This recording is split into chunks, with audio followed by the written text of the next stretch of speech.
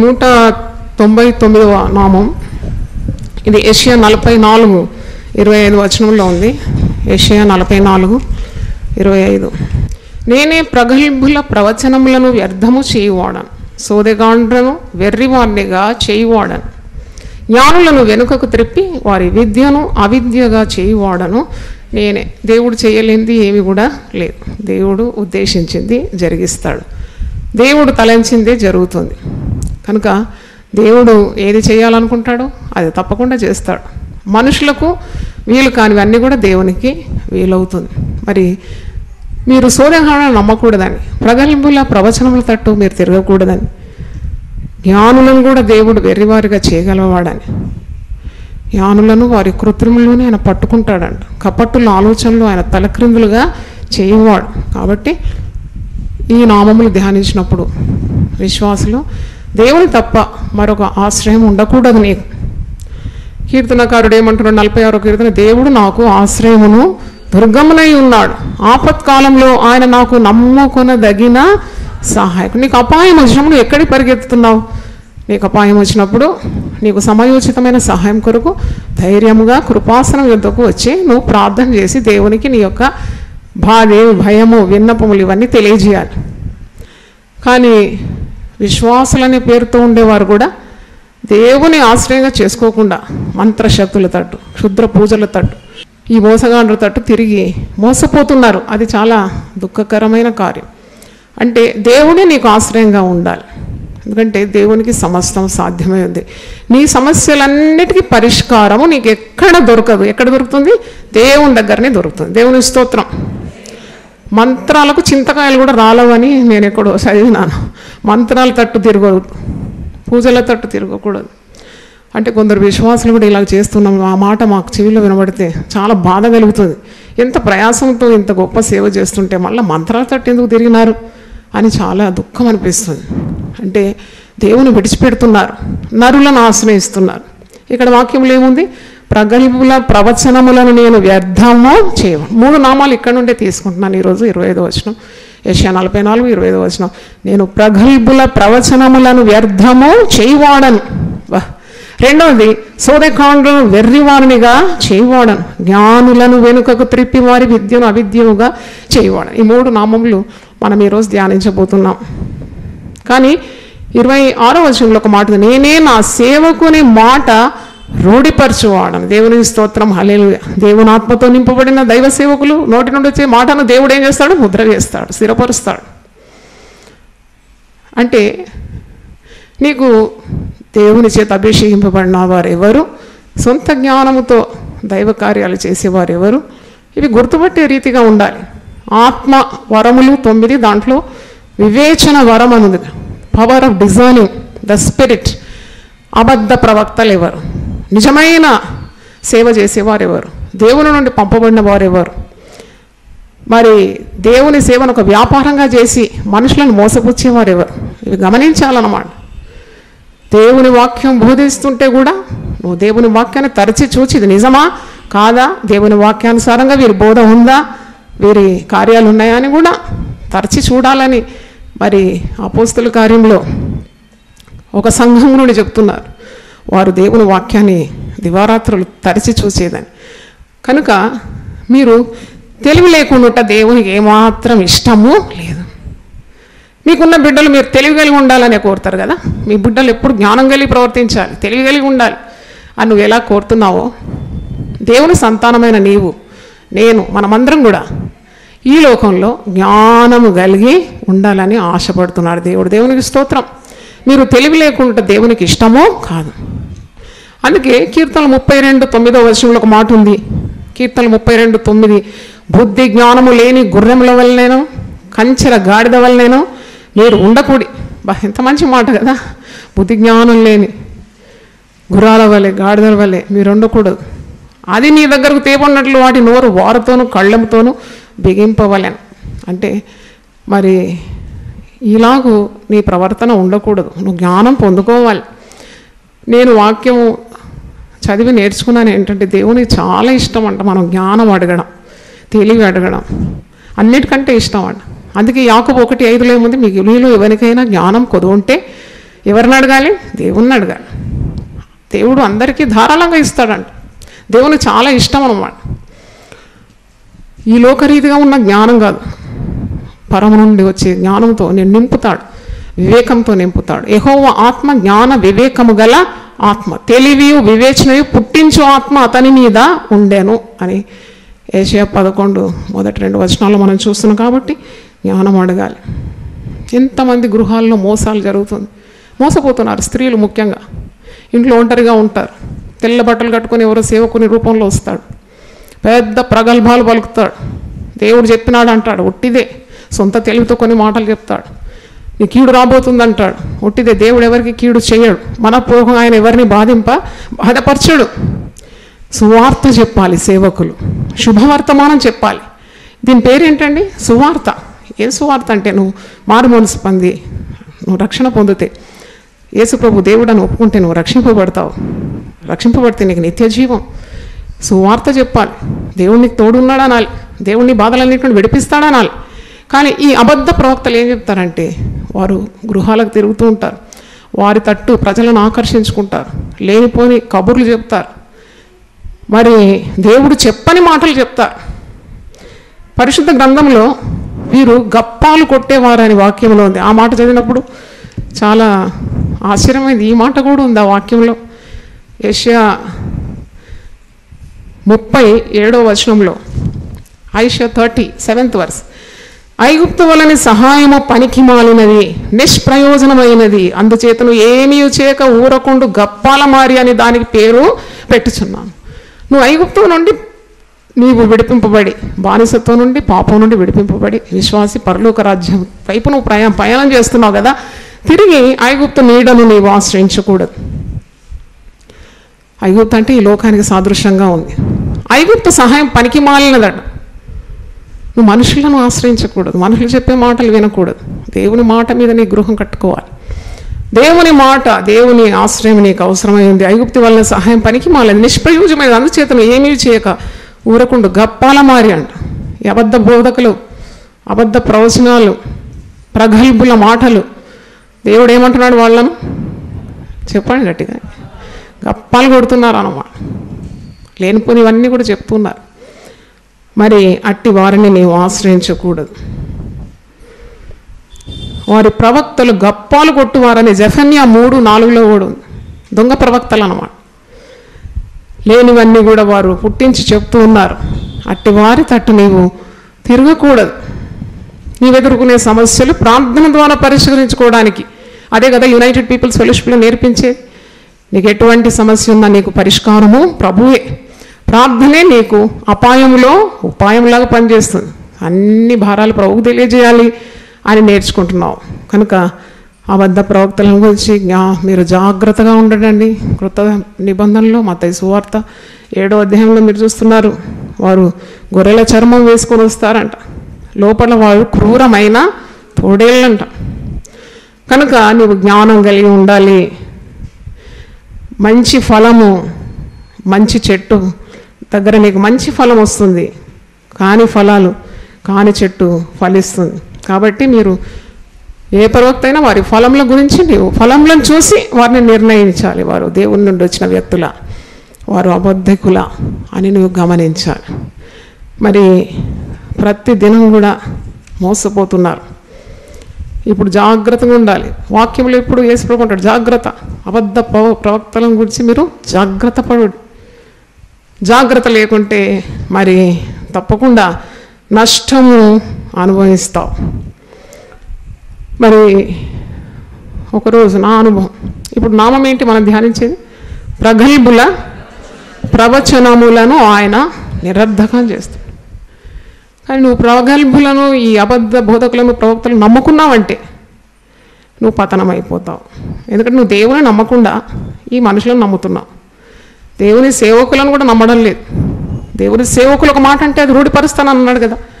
కానీ ఈ అబద్ధికుల తట్టును తిరగకూడదని నేర్చుకోవాలి. ఒకరోజు నేను బ్యాంకులో పనిచేసే దినాల్లో, బ్యాంకు పని అయిపోయిన తర్వాత ఇంటికి వస్తున్నాను బస్సులో.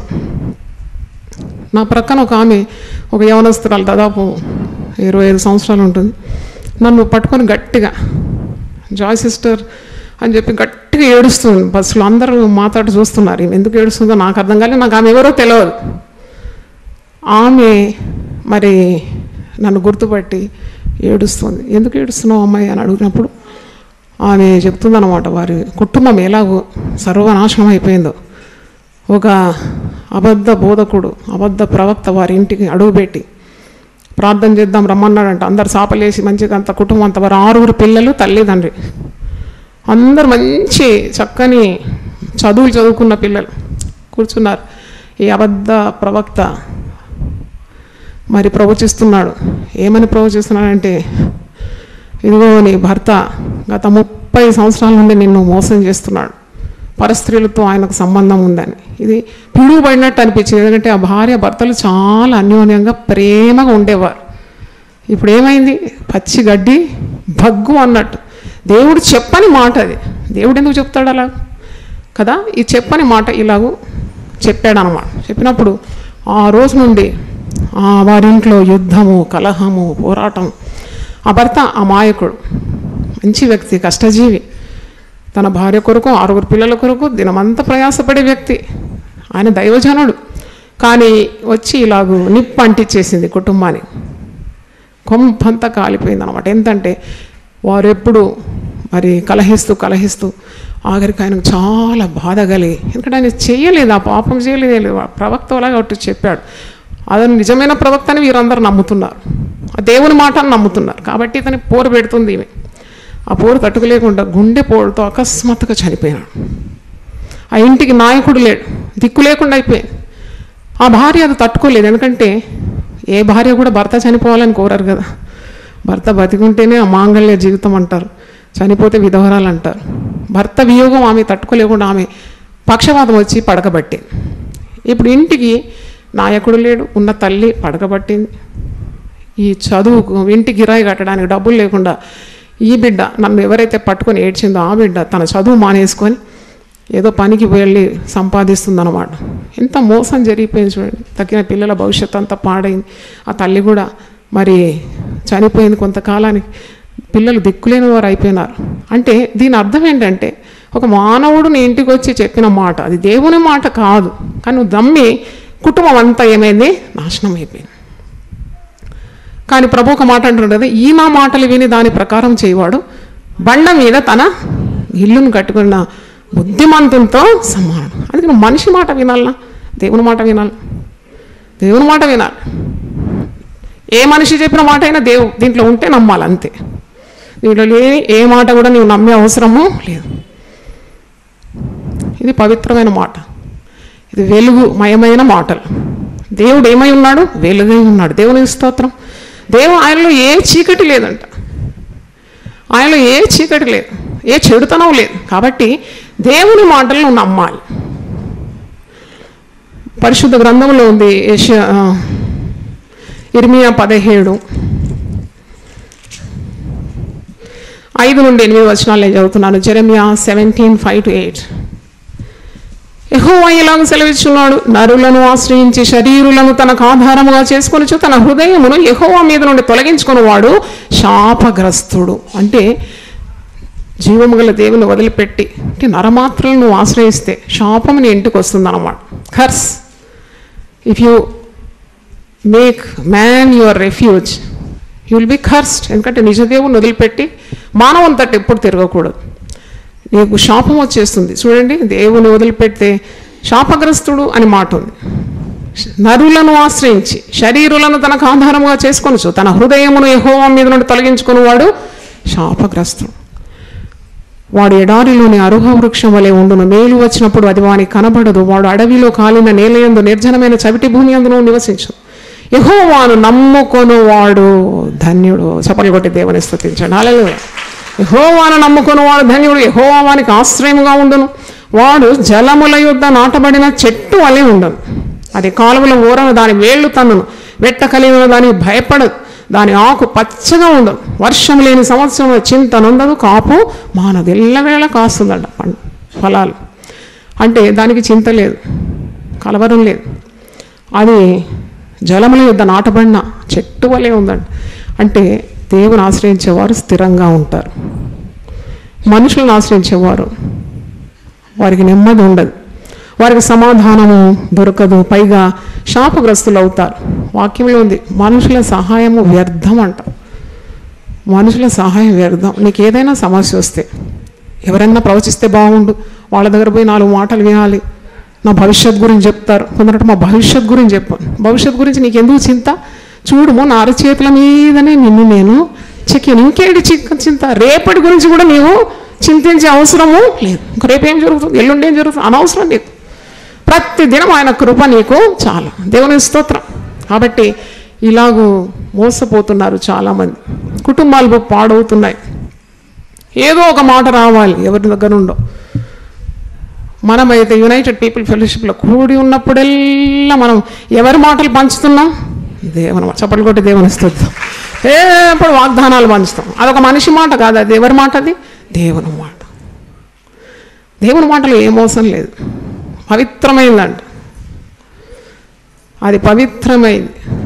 మట్టి మూసలో మరి అది కరి ఊదిన వెండి అంతా పవిత్రం. 12వ కీర్తనలో ఉంది దేవుని మాటలు ఎలాంటిది. 6వ వచనం, యెహోవా మాటలు పవిత్రమైనవి, అవి మట్టి మూసలో 7 మార్లు కరిగి ఊదిన వెండి అంతా పవిత్రం. అది ప్యూర్ వర్డ్ అన్నమాట, మోసమే లేదు.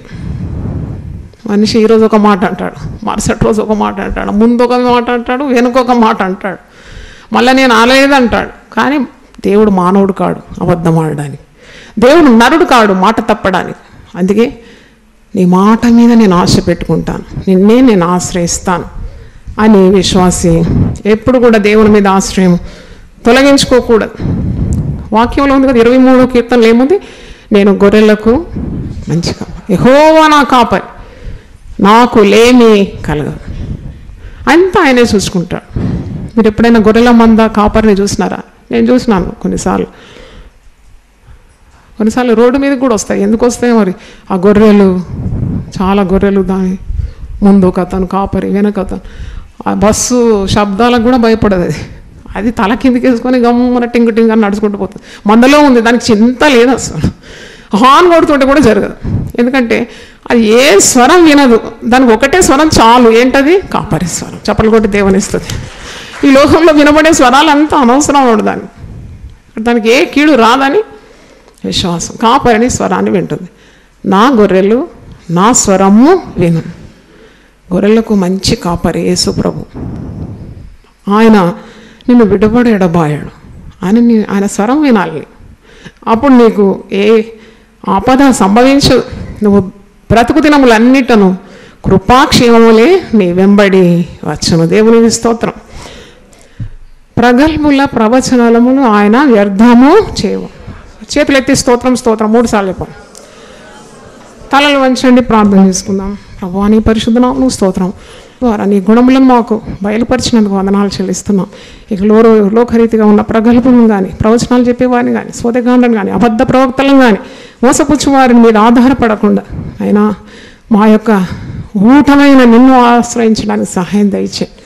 అయినా నా జనులు 2 నేరములు చేసినారు. 1 బదలైన తోట్లను వారు ఆశ్రయించినారు, జీవజలపు ఊటైన నన్ను విసర్జించినారని ఇర్మియా గ్రంథం 2వ అధ్యాయంలో మేము చూస్తున్నాం. అవును ప్రభు, జీవజలపు ఊటవు నేను ఆశ్రయిస్తే మాకు ఎన్ని ఆశీర్వాదాలు తండ్రి.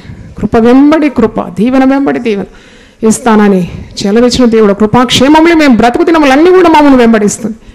నరులను ఆశ్రయించిన శాపకరమని నైనా ఈ లోకరీతిగా ఉన్న జ్ఞానమును వెతకడం కాదు, నైనా ఈ లోకరీతిగా ఉన్న సోదగాండను వెతకడం కాదు, మంత్రశక్తులను ఆశ్రయించడం కాదు, తాయితులను ఆశ్రయించడం కాదు.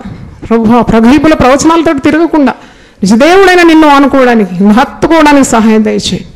మీరు నన్ను హత్తుకునేలా మీరు బ్రతుకుతారని వాగ్దానం ఇచ్చిన దేవుడు ఈరోజు వాక్యం ద్వారా నువ్వు ప్రతి ఒక్కరితో మాట్లాడిన బంధనాలు చెల్లిస్తున్నాను. ప్రభువా నీకు స్తోత్రం. నీవే గురిగా సదాకాలం నా గురి నీమైనే నేను నిలుపుతున్నానని ఆయన నా కుడి పార్శ్వమందున్నాడు, నేను కదల్చబడనని దావీదు భక్తుడు సెలవిచ్చిన రీతిగా సదాకాలం మీరు మాకు గురిగా ఉండాలని మేము ప్రార్థిస్తున్నాం.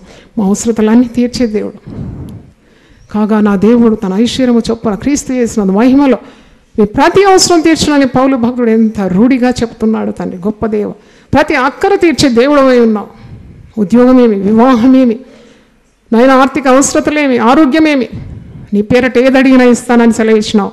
మీరు నా పేరట ఏది అడిగినా నేను దాన్ని చేస్తానని సెలవిచ్చిన దేవ, ఈరోజు నుండి ఒక నూతన తీర్మానం తీసుకోవడానికి, యెహోవా నాకు ఆశ్రయమును దుర్గమునై ఉన్నాడు, ఆపత్కాలంలో నమ్ముకునదగిన సహాయకుడని, నిన్ను వెంబడించడానికి, నిన్ను కలిగి ఉండడానికి సహాయం దయచేసి నీలో వేరు పారి స్థిరపరచమని యేసు నామములో అడిగి వేడుకుంటున్నాను తండ్రి. ఆమేన్. హల్లెలూయా. దేవుడు మనల్ని సమృద్ధిగా దీవించును గాక. ఆమేన్.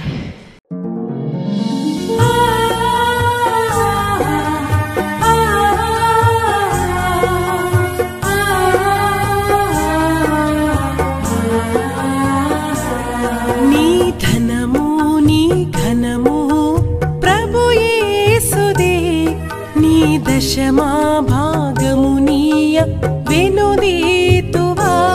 నీ ధనము నీ ఘనము ప్రభు యేసుదే, నీ దశమా భాగమునీయ వెనుదీతువా.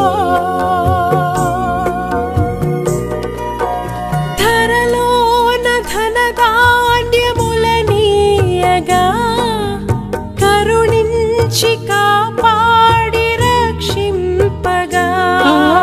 ధరలోన ధనధాన్యములనీయగా